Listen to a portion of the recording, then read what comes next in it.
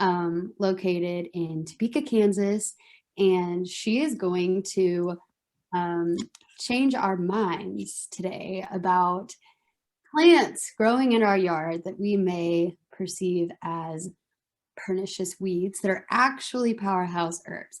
So it's going to be a really fun conversation. I've had the pleasure of listening to Farai talk about herbalism before, and so I'm excited to hear from her again. And yeah, she's awesome. So enjoy. I'm going to turn it over to Farai. And Farai, if you want to say anything about yourself before starting, the floor is yours. Before you do that, I'm sorry, Farai, for interrupting. We want to make sure to thank our sponsors today and let you know, stick around till the end because we're going to be doing a drawing for a fabulous $50 gift card. Yeah. All right, are we good to go? It's all you. All right. Thank you, Morgan, so much for that introduction, and greetings to everyone. I'm trying to share my screen here. All right. Can y'all, wait, let me see. Can y'all see me? Can you see my screen? Yep. Fabulous. All right. So again, hello, my name is Farai. Thank you to Casey for having me. Today we're going to be talking about spring herbs growing in your backyard. All right, there we go. So I live in Topeka, Kansas. I've lived here for the past 12 years. Wow. I was born in Zimbabwe, raised in Botswana. My father is Kansas farm boy through and through. And so I came here when I turned 18 to kind of come see, you know, where the other side, the other half of my family was from. And that's where I've been ever since then. My family is from way down south in Kansas, though, very rural town of like 200 people. So Topeka is the big city. And it's really hard to not see faces while I'm screen sharing. I'm so sorry. With COVID, I'm used to, before COVID, I was used to talking to faces. And so to not see people's faces is really strange. I'm gonna move here. Okay, I can see people. All right, so who am I, where I live? I also live on unceded Kaw and Osage land here in Kansas. And so I just want to give homage to the people that lived here, that tended this land before, you know, we arrived here. And I'm always happy to learn more about the indigenous peoples and their land practices before we moved here. And I encourage you all to learn about the indigenous land practices on the land that you currently live on. How I became an herbalist is, I think I've been on the plant path or interested in plants for the past 10 years and deepened my knowledge, I would say about 6-7 years ago when I began like my deep study. I've done a local apprenticeship that lasted about, it felt like a year, but it was probably about 7 months with a local herbalist. Her name is Okoe. And then I've taken several classes online, taught. We had an herb group here in Topeka where we were talking about plants and creating plants and things like that with people, not creating plants, but creating herbal remedies and things with people. So I've been doing this for about 5 years teaching and about 7 years immersion and 10 years general interest in plants. And then how long I've been using backyard plants, it has been for the past 5 or 6 years as well. One of the first plants that I ever noticed growing through the crack in the concrete in my neighborhood was plantain. And I was like, what is this plant? And then when I did more research about it, my mind was blown. And so that's what I'm gonna hope that I can do with you all today, is blow your minds a little bit and encourage you to look at plants a little bit differently.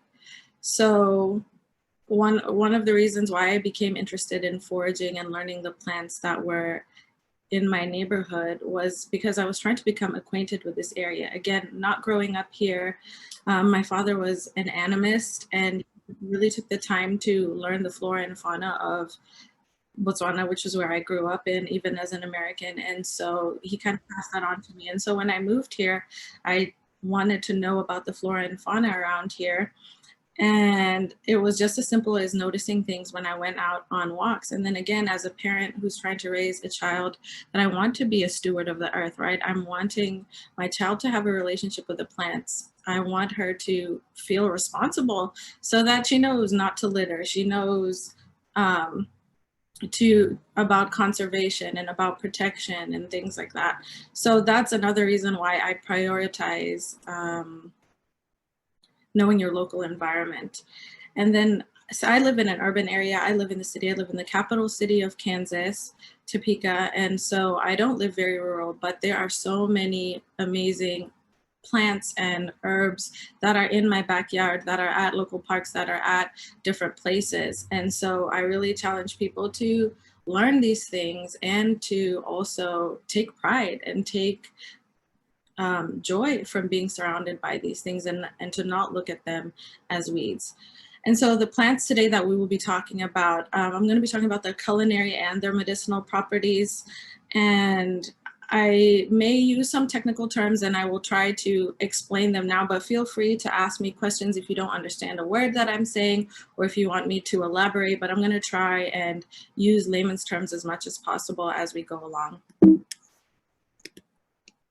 All right, I want to give the disclaimer that when you are harvesting, right, when you are getting ready to, you've found a plant, you've identified it, you feel comfortable, and I just want to give you some tools, some guidelines beforehand. Number one, avoid areas with high foot traffic and vehicle traffic. You don't want runoff from tires or from oils or from feet. Just, you want to avoid that. So try to find a clean place if you're planning on harvesting something.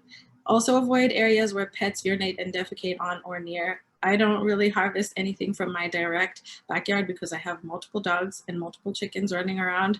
So I harvest weeds from my father-in-law's backyard where there's nothing going on, or directly in my garden bed, right? So dandelions are something that we love and we use regularly, and they always find their way into my garden bed. And so I just grab them from there. I don't chuck those in the garden. There's good in the compost. There's good medicine in those right there.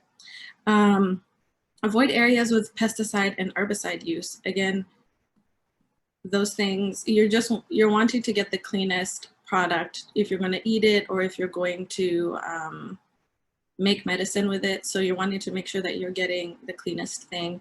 And then also make sure you know what you're harvesting. Get local guidebooks, use a good plant ID app on your phone, join local groups, and ask experts.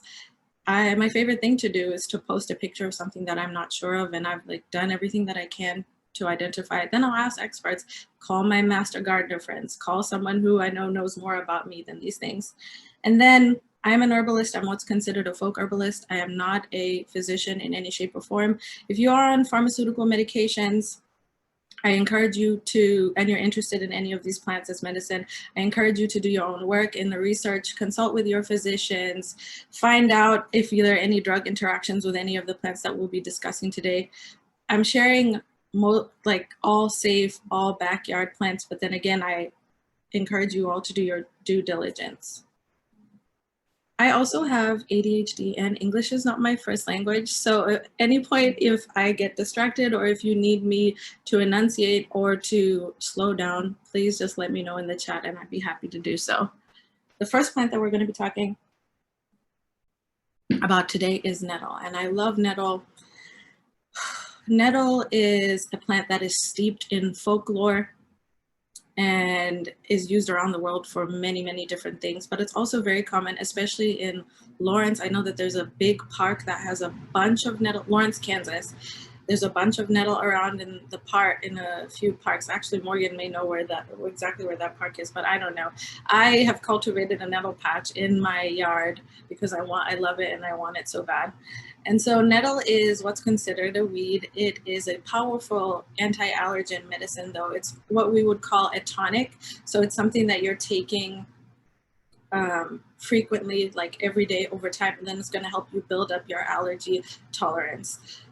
Typically for seasonal allergies, because it's an antihistamine, it's a nutritive powerhouse. So herbalists love to call nettle the nature's multivitamin. It is chock full of vitamins and minerals and iron. It is great for nursing and breastfeeding and pregnant people.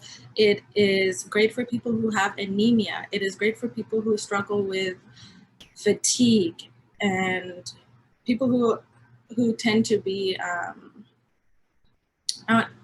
weak, listless. It depends on whatever is causing it, but it's a nutritive powerhouse. So if you know of someone who you think is malnourished or needs a mineral boost or a vitamin boost or something like that, nettle is your ally.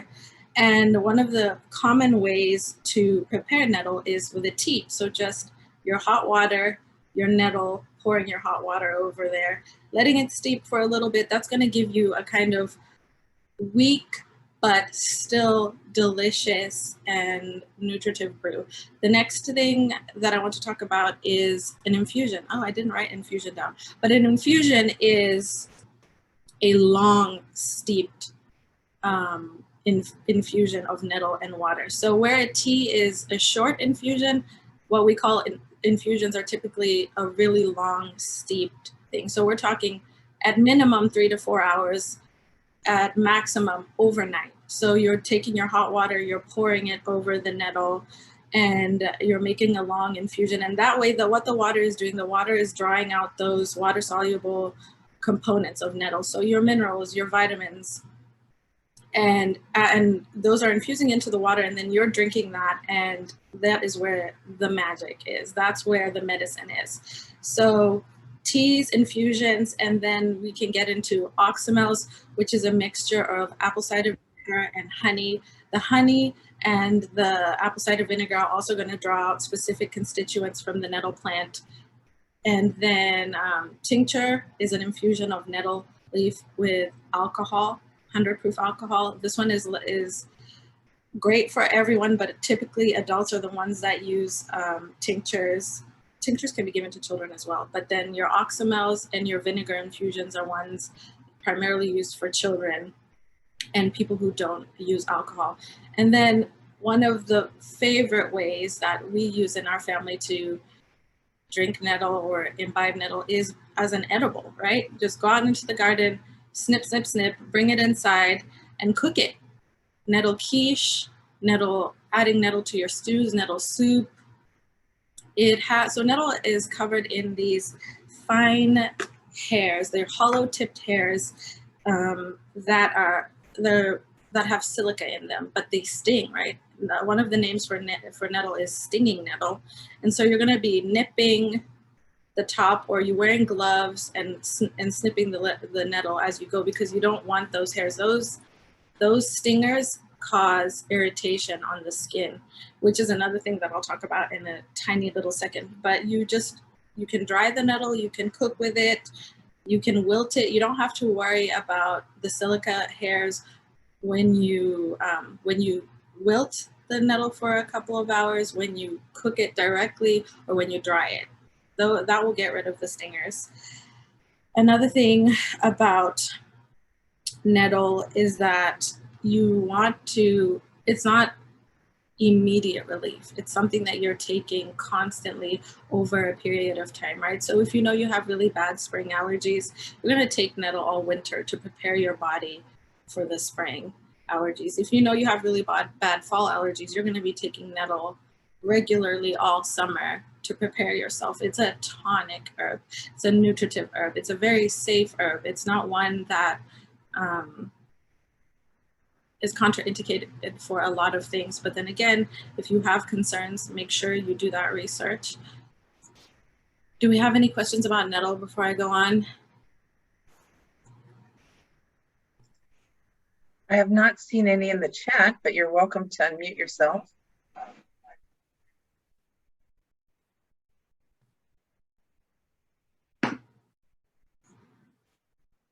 All right, no one's unmuted. Right. It looks like someone has a question about nettle seeds. Annie, do you want to elaborate? Oh, she asked, do nettle seeds have the same effect as infusions? I think she means like infusing the plant parts, like the leaves. So to my understanding, nettle seeds have a different action than the leaf, which is what's primarily used. So the stalk is used in making fiber for weaving clothing.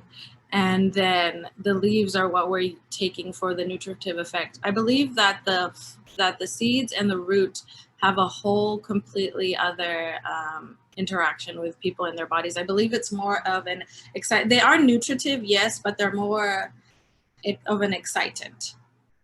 And so I would not encourage people to use the seeds unless they have done their research. And then if it's something that you're interested in doing, take like a couple of the seeds in your mouth and then see how you feel, and then go from there, and definitely do a lot of research. But yeah, you're right, good question. The seeds and the roots do not have the same bodily reactions as the leaves would. The leaves are a real gentle medicine. Are we good to go? Annie just said thank you, but no other questions at this point. All right, and then I have a picture here of an example of one of the ways that I use my nettle I just grind it up with a bunch of other things like rosemary and make herbal seasoning salts that I season my food with. I like to season my eggs with this. Okay, the next plant that we're going to be talking about is mullein. Mullein is, and I have the Latin names up top so you guys can research what specific plants that I'm talking about, if any of them ring true for you. Mullein is a biennial plant. It is quite hilarious looking. That's a second-year plant in my teacher's garden that I have in the picture there. They grow this really long flower spike. Oh, I do want to give this thing. For nettle, if you're harvesting it, right, if you're harvesting it for the leaf, you're gonna harvest it before it flowers, because once the plant has put all of its energy into growing the flower and producing the seed, then there's less medicine in the leaves. And the same goes for mullein. If you're wanting to harvest mullein for the leaf, you're gonna wanna harvest it before it starts its flower spike.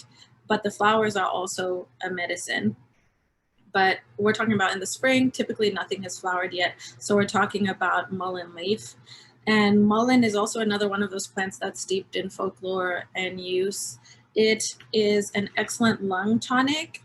The tea itself, mullein is covered in fine hairs, just like nettle, but they're not stinging. The only difference is now with mullein is when you're making an infusion or making a tea with it, you're gonna wanna make sure that you strain it finely, because those hairs can irritate people. So make sure you're straining it with a coffee filter or a really finely woven strainer or cloth or something like that when you're making a preparation. But mullein is an excellent ally to have if you struggle with lung issues like asthma or chronic cough, etc., etc. The flower is a gentle ear infection remedy. Typically garlic and mullein flower are combined together to make a remedy for ear infections. It's a popular remedy for herbalists and their children, but also adults who are prone to ear infections. Mullein is an anti-inflammatory, so it's excellent for joint pain, bone. My favorite way to use mullein is for acne. Whenever I have a zit, I'll soak my cotton pad in mullein tincture and put that on wherever the zit is or wound or whatever, and its anti-inflammatory action is very soothing, very healing. It's a kidney tonic.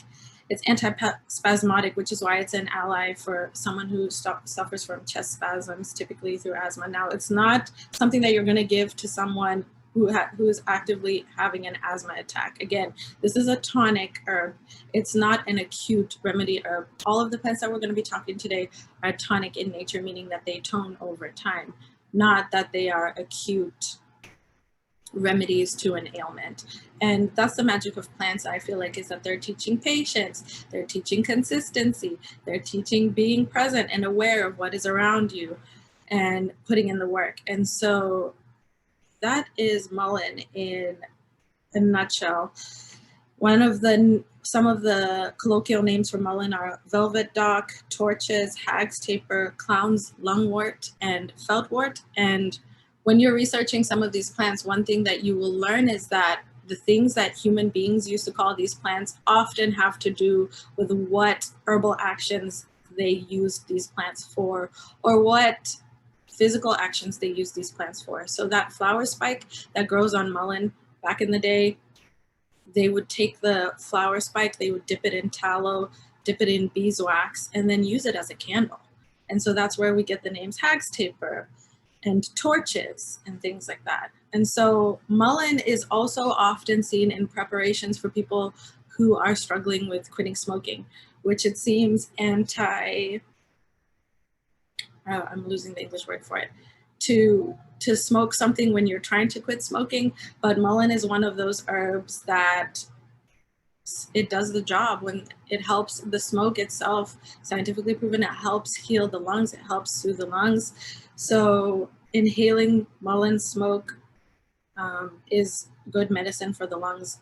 And then we also use mullein as a tincture, as an oil infusion, and as a poultice.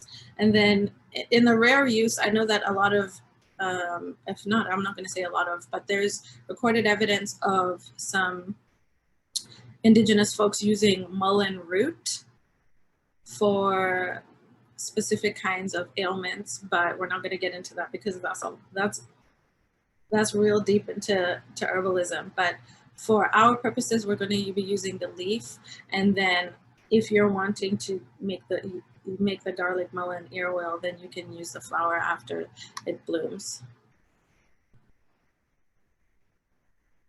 The next plant that we're going to be talking about is plantain. Plantain was the plant that I referred to earlier at the beginning. It was one of the first ones that I noticed in my neighborhood when I started asking the question, what is growing around me? And plantain would, for sure, just comes up through the sidewalk cracks in my neighborhood. And it is such an amazing plant. Now, plantain is also known as nature's Band-Aid. And specifically in Kansas, the two kinds that I've seen growing are broadleaf plantain and longleaf plantain. This picture has some broadleaf, but the longleaf typically has these long leaves, but same with the same little flower spike, same low to the ground plant. And one of its nicknames is ribwort. So one of the things that you'll notice and how you can identify plantain is when you grab it and you pull it up, like you're ripping a leaf up, it's got these long tendons that connect it to the plant, little ribs on it. And that's where the name probably came from.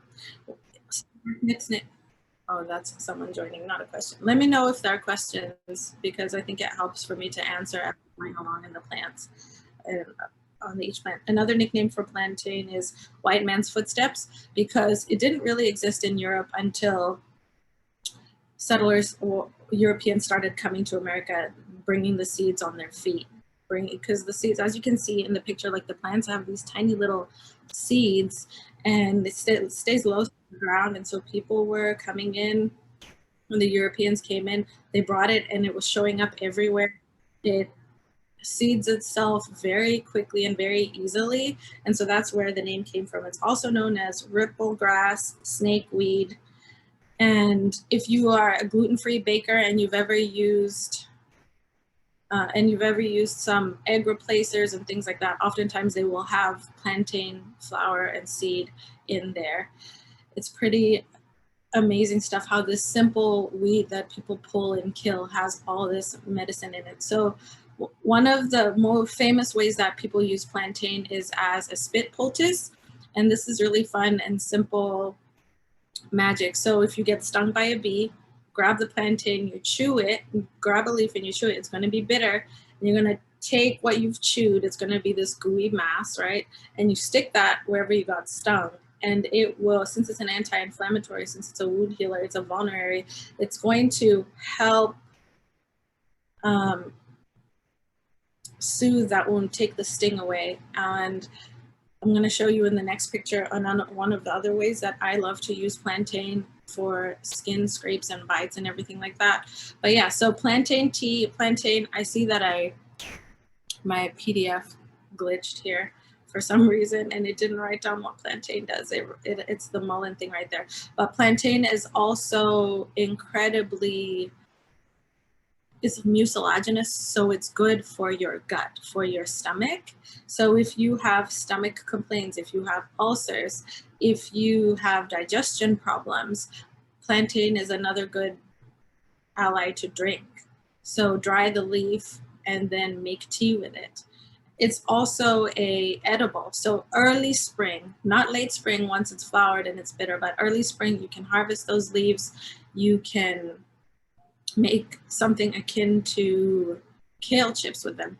They're going to be really tough and stringy to eat in like a salad. So making kale chips is probably your best way to go. There's lots of recipes on Pinterest for plantain chips, not plantain, because plantain is also a Caribbean banana fruit. So you're probably going to want to look for plantago chips. And I've seen several recipes on there. Just cover it in oil and crisp it in the oven like you would if you're going to make something, or probably even an air fryer. I don't have an air fryer, but I bet that is something that could be really delicious. So yeah, preparations for plantain include tea, salves, oil infusions. Then you can eat it as an edible, and then you can tincture it as well.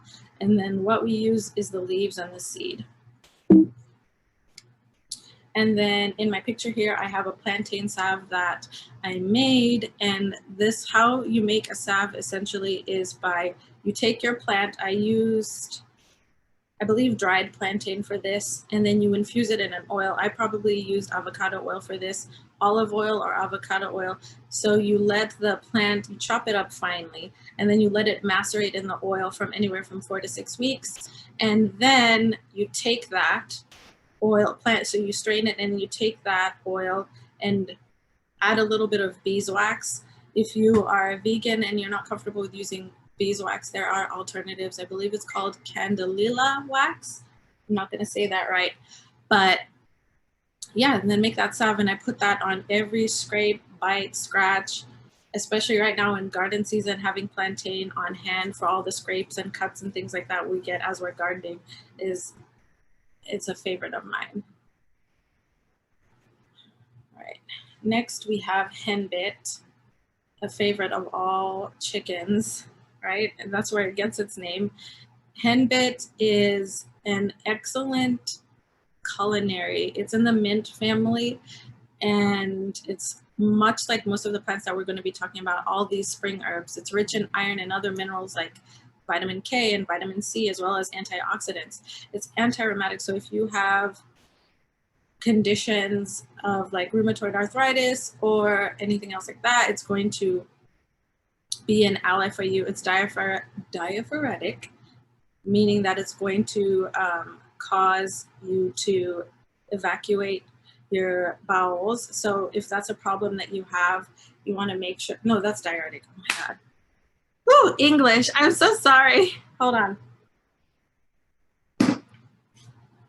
Yeah, it's a diaphoretic. It's an excitant. It's a febrifuge, meaning that it reduces your fever. So if someone is feeling feverish, this is a plant that taken in large amounts may help reduce fevers. It's also a laxative, and then again, like, it's a stimulant, so taking it in large quantities is going to be stimulating, it's going to be nourishing, it's going to be excited. That's essentially what I think of when I think of a lot of those spring plants, is that they're tonic, they're nutritive, they're exciting. One of the preparations for henbit is tea, so drying the leaf and the flower and using it to make tea as a culinary. So you're going to be using it in culinary creations as a vinegar. So you're taking your henbit, you're infusing it. You can do this one fresh, infusing it in your vinegar. It's an oxymel, making it as an oxymel again for the infusing the vitamins and the minerals into the vinegar, into the honey, to make it more edible and palatable, essentially, is what people typically create oxymels for. And then again, you can use it as an edible, so throw it in your salads, throw it in your smoothies, and then making a salve for it, making a skin soothing salve for it. And then with henbit, we're using the leaf and the flower. So I tried to show a picture of henbit, the differences between henbit and nettle. So now they both are in the mint family, so they have square stems, but henbit looks a little bit different. When you compare the leaves of the two, henbit looks like kind of like it's been pecked at by a hen. That's how I like to teach children how to differentiate the two. But in moving on to dead nettle, even though the flowers may kind of look the same, dead nettle grows differently, and it tends to be way more purple. The leaves tend to be way more purple than henbit does. But for the novice person, it may be confusing. But the plants are so similar in some of the things that they do for the body, as well as the ways in which they can be ingested, that it's not the worst thing if you confuse the two, but it's important to know the difference. So next we're going to be talking about dead nettle. So dead nettle is another anti-allergy ally, right? It's an antihistamine, it's anti-inflammatory, it's antimicrobial. Most of the plants in the mint family, whether it's your henbit, whether it's your dead nettle, even if we get into the rosemary, the thyme, the oregano, all of those plants that have the volatile oils that most of the mint family plants have, they're going to be antimicrobial. They're going to be antibacterial, among other things, just because of those volatile oils in them and the way those volatile oils interact with pathogens. So keeping that in mind, dead nettle is also an astringent, and it's immunostimulating. And again, like most of the spring plants, it's nutritive, and it's another excellent plant to tincture and then take as a spring remedy. But yeah, so in what ways can we use dead nettle? As a tea, as a culinary, as a tincture, as a poultice, right? So as an when you see anti-inflammatory plants, think poultices, right? For that immediate reaction to something like a sting or a cut or a bite. That's a simple way of interacting with the plants like that. So another way that you can use it is as an oxymel, an edible, or a salve. A lot of folks love to make dead nettle salve for their skin because of how moisturizing it can be, and then they also like to use it as an anti-allergy medication through tincture. And then much like henbit, we're going to be using the leaf and the flower of dead nettle. All right. Next plant that we have, chickweed, is such a fun plant to identify and see. First off, because it's beautiful and it's can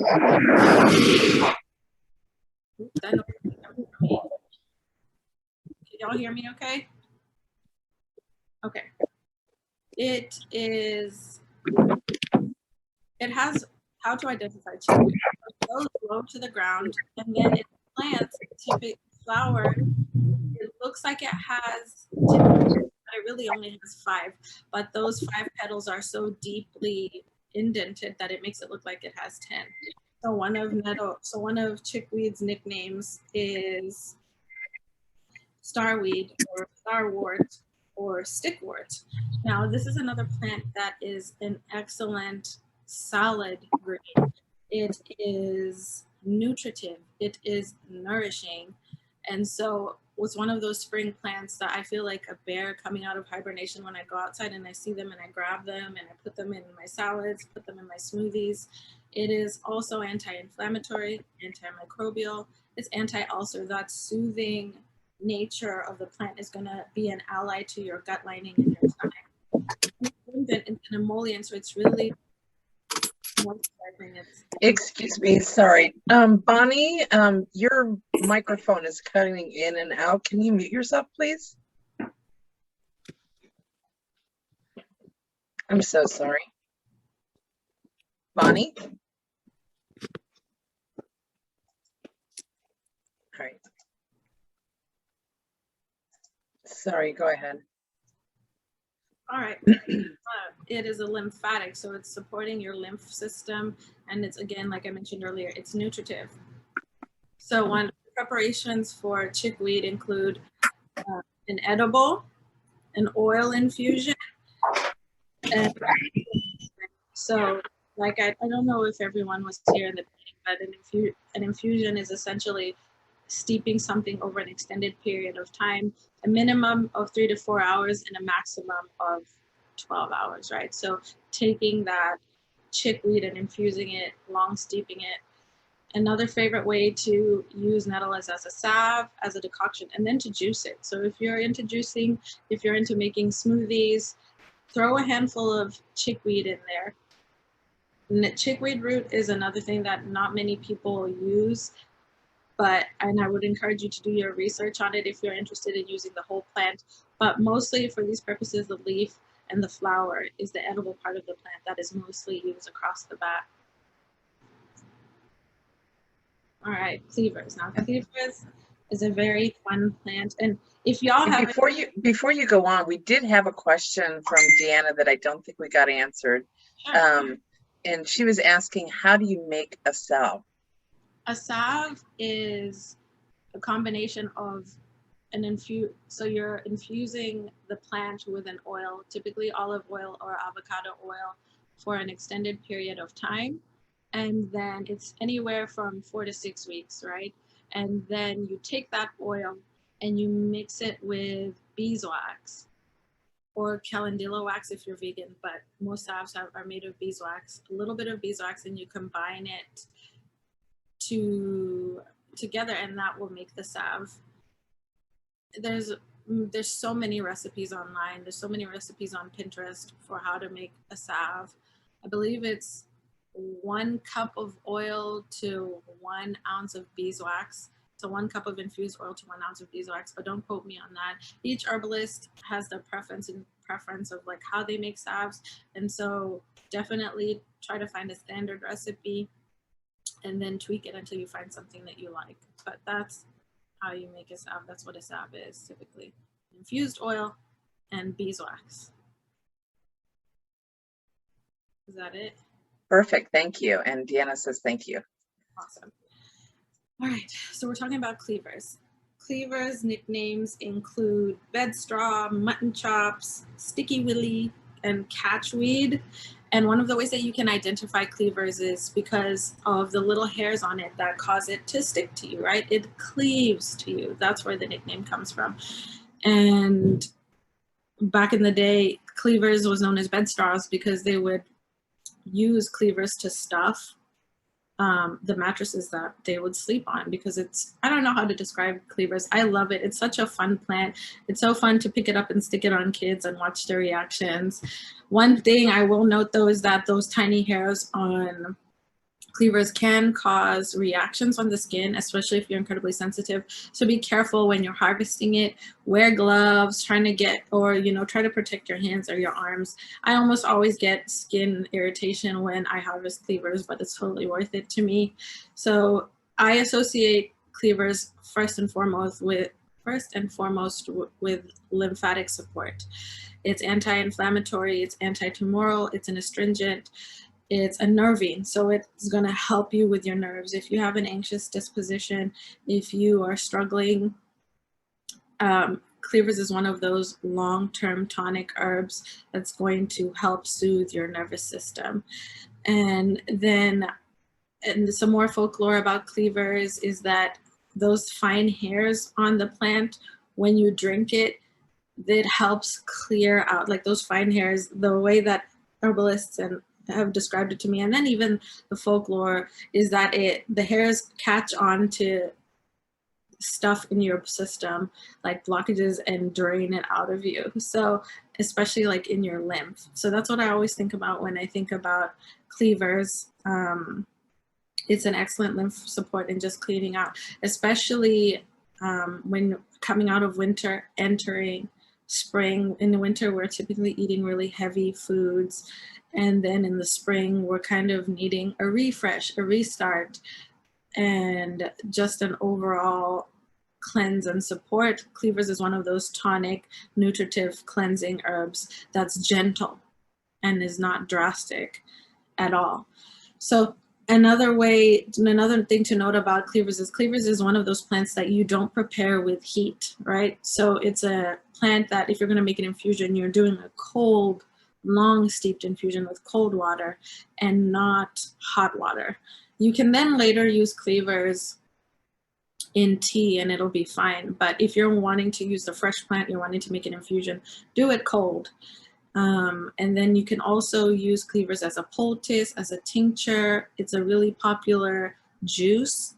So juicing it, if you're into juicing, I would definitely recommend it. It's an intense taste. All of these plants have intense tasting profiles. Either it's bitter or soapy or something like that, but they're all really fun and not too off-putting, especially if you're used to eating wild foods. And then with Cleavers, you're going to be using the aerial parts of the plant, so the leaves, and if it has little flowers on it, that won't be too bad there.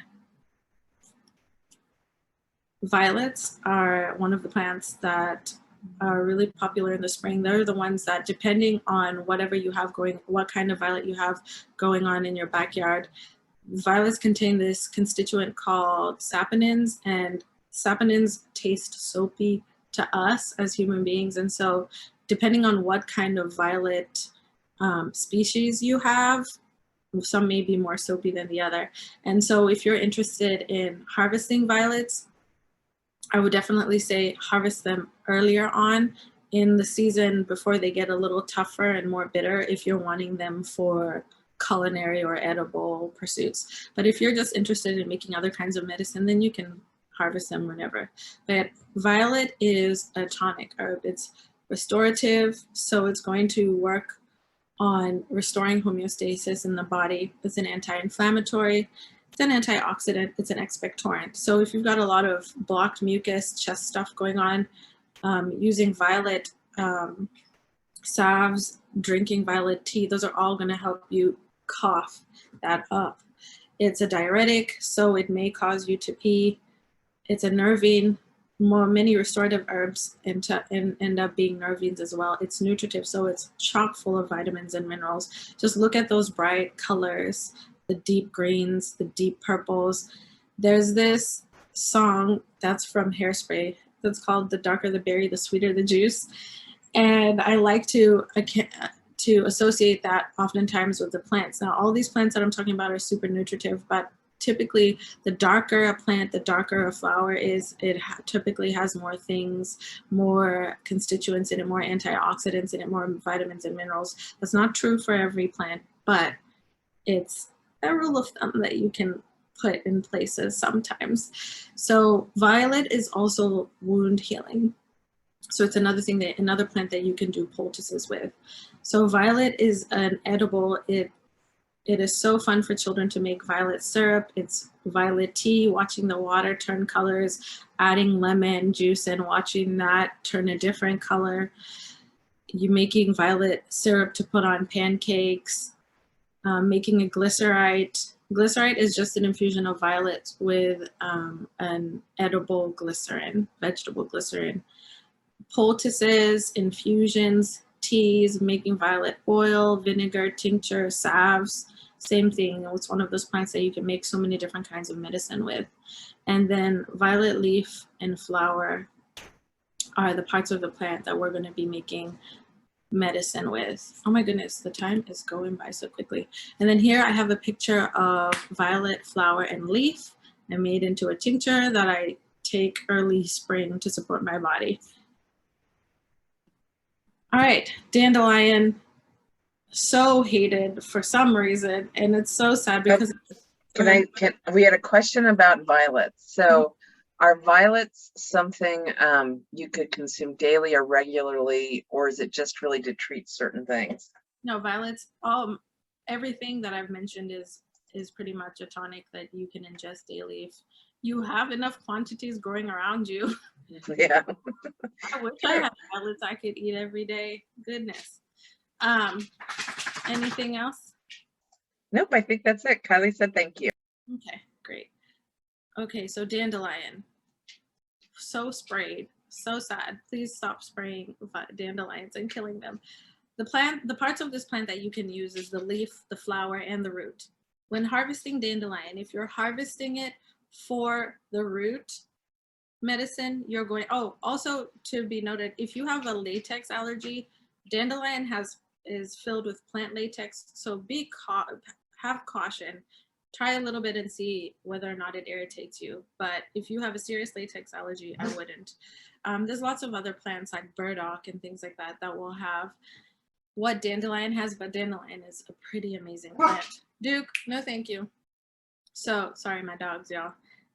The root, if you're gonna harvest the root of dandelion, first off, get a root tool to dig it up because it will snap off because it's so starchy that you can't really yank it out of the ground.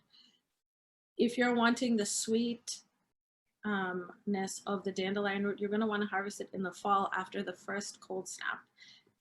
Dandelion roots that have overwintered are gonna be more bitter, and even though bitter taste is good for you, you may not wanna do this if this is your first time. Now, if you're wanting to harvest the leaf and the flower of dandelion, you're gonna wanna do that early spring because later on in the year after the heat, the leaves are gonna be unbearably bitter.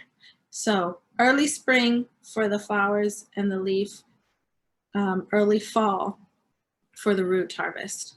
So dandelion is a diuretic, so much so that one of its nicknames, and excuse my French, used to be piss-a-bed because people that consumed dandelion in a lot of amounts, it made them urinate a lot.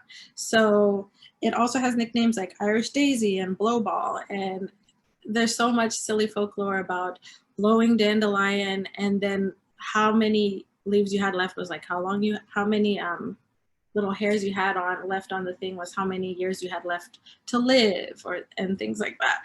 And so blowing on it 3 times would tell you how many children you'd have. There's so much folklore of human beings interacting with dandelion over time. It's a cholagogue.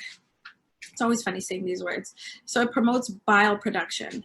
It's a bitter. So bitter plants have a specific action on the body that's good for the stomach, that's good for the liver. And dandelion is one of those plants. So if you are struggling with not producing enough bile, dandelion is an excellent ally to have in your plate. It's also a tonic.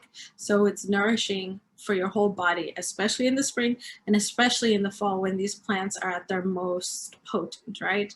It's a restorative and it's a mild laxative. And then again, because it's so full of so many vitamins and minerals, it's considered a nutritive by herbalists. And then the preparations for dandelion include eating it as an edible. So you can take those greens, cook them, eat them raw if you want. Vinegars, teas, decoctions, salves, and oils. And a decoction is essentially a reduction. So you take your dandelion root, 4 cups of water, boil it down to 2 cups. And then that 2 cups that you have left is what you would drink, you know, every day for a few days. You're not going to be wanting to drink a decoction often because it just doesn't taste that good.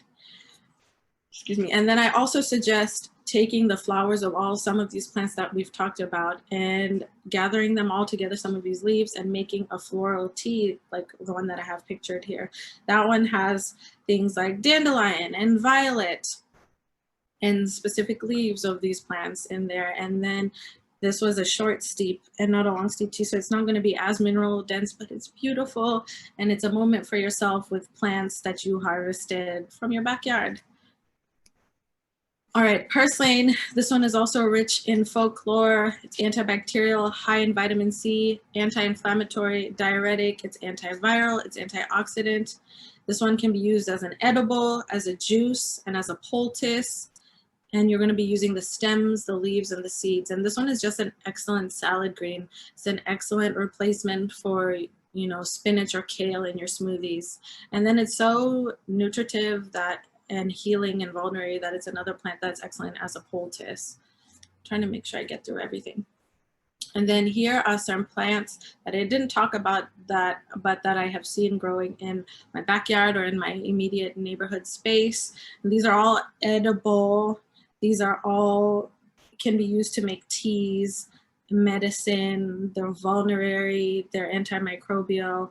You've got your yarrows, your garlic mustard, sorrel, clovers, wild strawberry, you're using the leaves, native sages, the leaves, wild mints, magnolia, the tree, you can use the flower, ground ivy, lamb's quarter, and then wild blackberries and raspberries are using the leaves as well.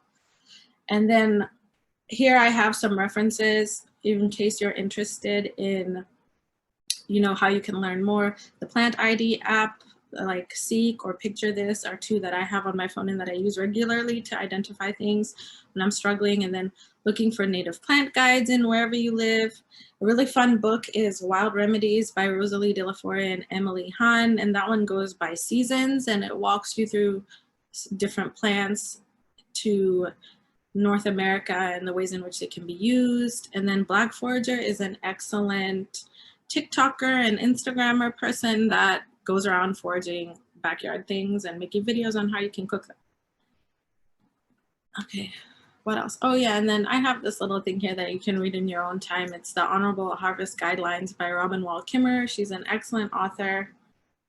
And it's just about if you're harvesting things, to be cognizant of the impact that you have on the areas in which you're harvesting from.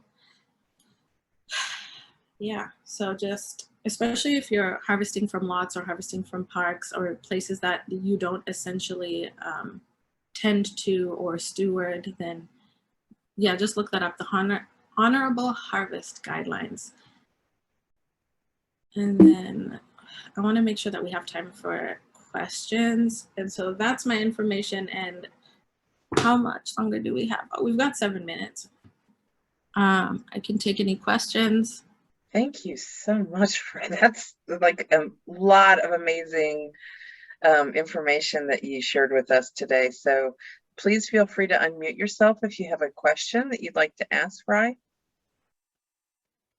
You know, I blanked on what diaphoretic means, and I want to Google that because I know what it means, but in talking to all of y'all, I forgot, and I couldn't tell you right now if you asked me.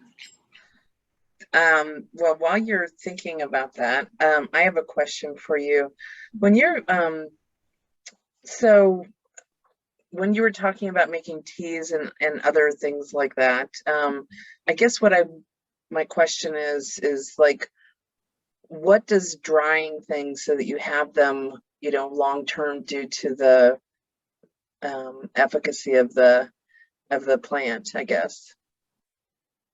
What are you saying? What does? Yeah, so like if let's say, for example, you harvest a bunch of dandelion in the spring and dry it, what does that do to the potency? So this is an interesting question because some plants are more potent dried than fresh, and some plants are most potent fresh and not dried. So for example, dandelion root is its most potent when dried. Okay. So it depends on the plant.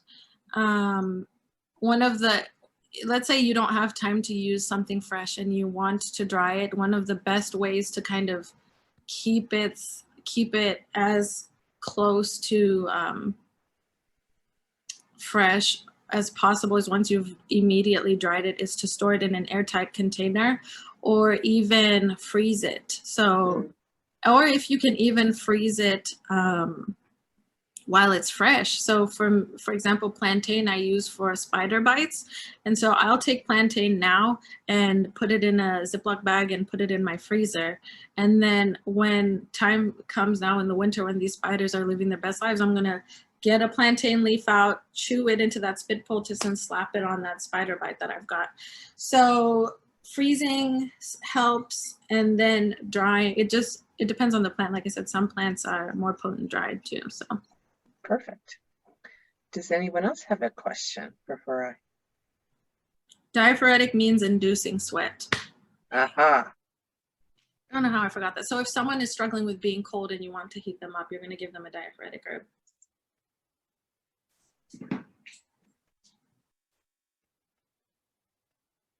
No more questions?